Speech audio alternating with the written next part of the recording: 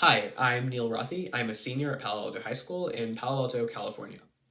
In my Regeneron STS project, I found two universal patterns across human languages using machine learning and information theory. So, there are over 7,000 human languages in the world today, and each of these are incredibly diverse and have their own structural intricacies. But at the same time, there are also patterns that we can generalize across every single human language, and we call those universals because they're universal across human languages.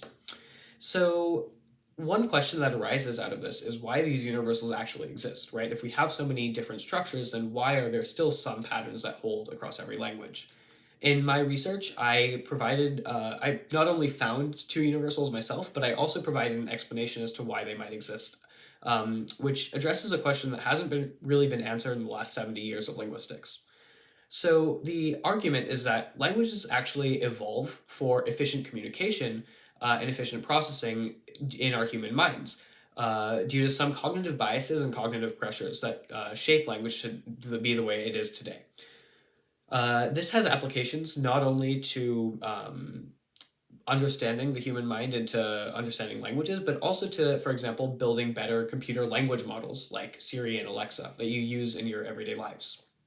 So outside of research, I really like doing anything to do with words, as you might expect.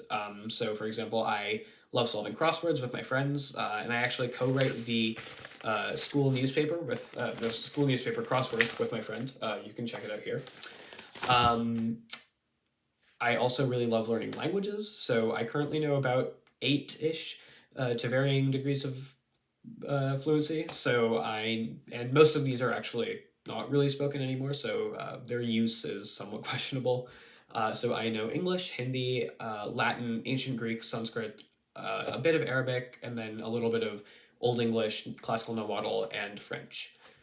Outside of kind of word related things, I really love music. So I play trumpet and sitar in school classical groups and school jazz groups, and as well as outside of school groups. So that's really fun. I also sometimes like writing music. I'm not particularly good at it, but it's still pretty fun to do. And I like making way too many Spotify playlists for myself and for my friends. I think currently I have maybe over 50, and that ranges from indie pop to experimental Arabic jazz because why not? I also really like doing photography. It's kind of an excuse to not be at the other end of the camera. But I really love taking photos of like my friends, of trips I go on, and also I like doing street photography and photojournalism for school publications that I'm a part of. So yeah, that's a little bit about me. In the future, I kind of plan on doing some combination of linguistics, cognitive science, math, and classics. Really trying to look for the intersection of science and humanities because I think that's a really important field to bridge the gap. That's a really important two fields to bridge the gap between, especially in the modern world. So yeah, thank you.